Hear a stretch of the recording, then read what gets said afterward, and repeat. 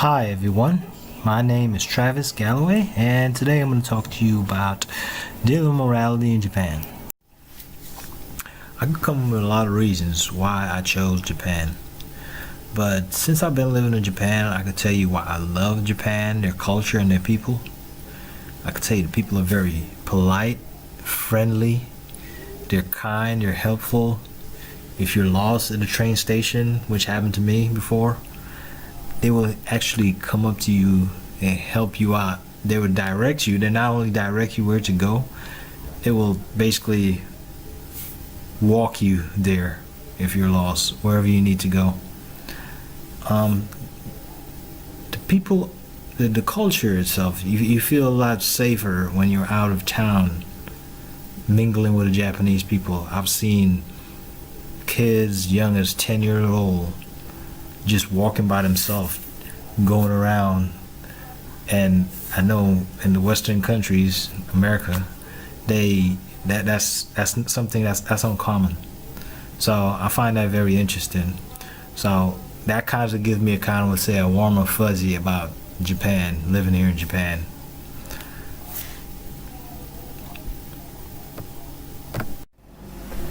A slight overview about Japan is the population of Japan is about 98% ethnic Japanese people living in Japan. The population recorded in 2015 was over 127 million. And the amazing thing about that to me is the size of Japan is about the size of California. 27 million people living in one small state. The population is less than America, but try to put it in perspective, the population of America is over 300 million. We have 50 states, and Japan, the size of California, have 127 million. I'll keep reading that, but it just sounds amazing to me. The Japanese people are very efficient in what they're doing. They truly believe in recycling everything they use, they process. A lot of things I've witnessed they've been doing is just efficient. They believe in that reuse mentality. And another thing in my research that I've read about is the Japanese population is getting old. The population, most of the population they're aging, and they're kind of working in that dilemma of the aging population. Who's going to care for the aging population as they're getting older and older? As much as I want to say or believe that Japan is a perfect nation and the things they do are basically really above everyone else, Japan do suffer from certain moral issues. And as a leader coming into Japan and seeing some of the stuff they do, it's kind of strange. And one of the things I've seen, one of the moral issues I've witnessed is diversity. Especially a lot of large organizations, I would say they suffer from having a diverse group of people, especially women in the workplace. There are not a lot of women working in the workplace. There are not a lot of women in leadership position. And I've witnessed this kind of firsthand going into a meeting and seeing a lot of male figures, and you may see one woman working there, and she's more likely either a secretary or she's just working in the background. And coming from America, that culture, it's kind of strange to see that. Not to say America is perfect in what they do or they're not diverse, but coming from that, seeing more women in the workplace and more women in leadership, and coming to Japan way of living is kind of strange. And not saying Japan government do support employing more women in the workplace, But the way it is here, women are not having that leadership position, and going into a meeting and seeing that, you kind of want to ask that question, why is this not happening? And it kinds of, to me, it's not showing that respect.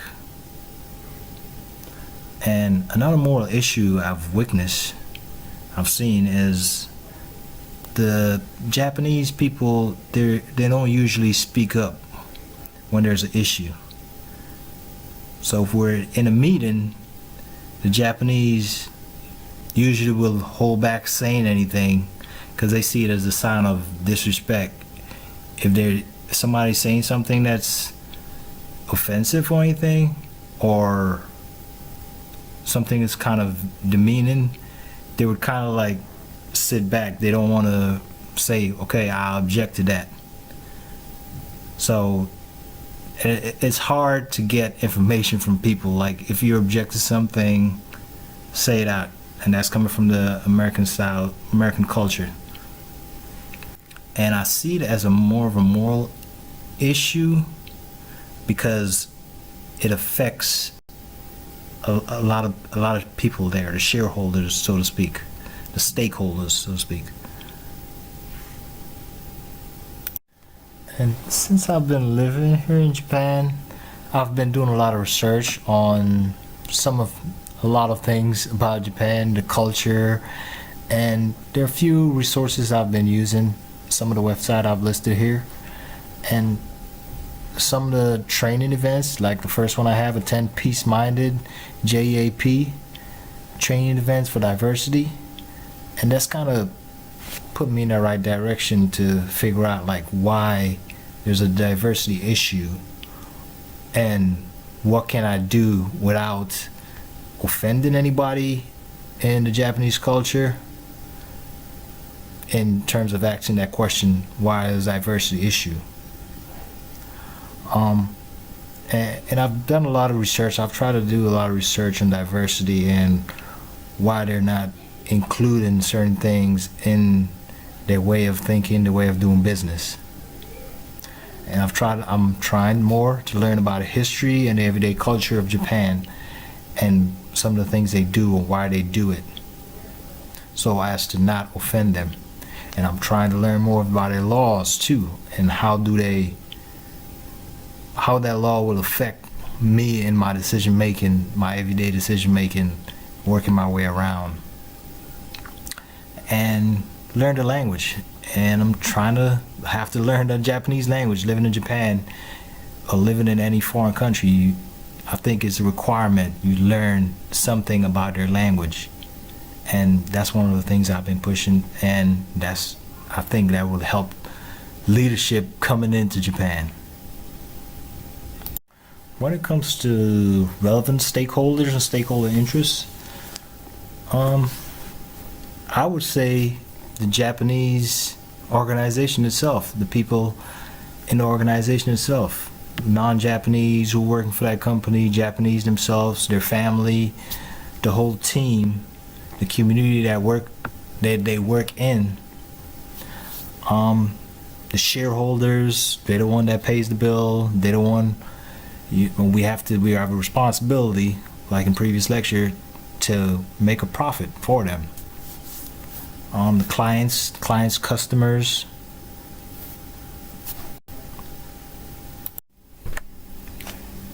When it comes to alternative actions and pros and cons, one need to establish cross-culture training evolutions.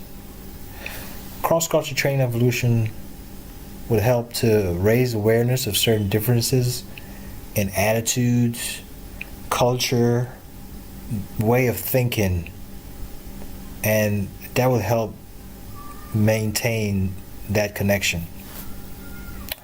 And being more flexible and being patient when communicating with Japanese is very important, because for the most part Japanese people are very patient and flexible. So you on the other side should have that patience working with Japanese people. Pros and cons. When it comes to establishing cross-cultural training, This can be lengthy process. This costs money to do that. So, but in the long run, for the pros, it would pay off big in the end. So, cross-culture training is one of those things I think it's good to have. And being flexible may put leadership in a position that makes them seem as pushovers. One people they could say whatever to and just get away with it. When it comes to conflicting principle, as an organizational leader working in Japan, sometimes honesty may seem unkind. And you don't want to stand that chance of offending people in Japan doing work or doing business in Japan. Because of my culture, culture I'm coming from, it may seem wrong in the Japanese culture to speak up when there's an issue. And I might stand a chance of insulting somebody in speaking up if there's an issue. So I have to kind of thread on thin ice with that. I stand a chance of being isolated from meetings too, for being honest in certain instances. Applicable principles and preferable action. I would say avoid insulting the Japanese team employees. Try to follow their traditions. You're in their country, try to follow their traditions. Continuously have training events that foster positive cross-culture. Preferable action. Respect the rights of others is the best course of action for many moral issues. And this is a way of showing respect to learn a country's culture while you're there. Cross-culture training provides strong base for desired behaviors in a work environment. It reinforces certain things. The people of Japan are very traditional, and they're not very fond of the diverting from their culture. So as an organizational leader, you have to kind of meet the Japanese people halfway by trading cultural information. These are a few of the references I've used that was pretty helpful in my research of Japan and the moral and ethical issues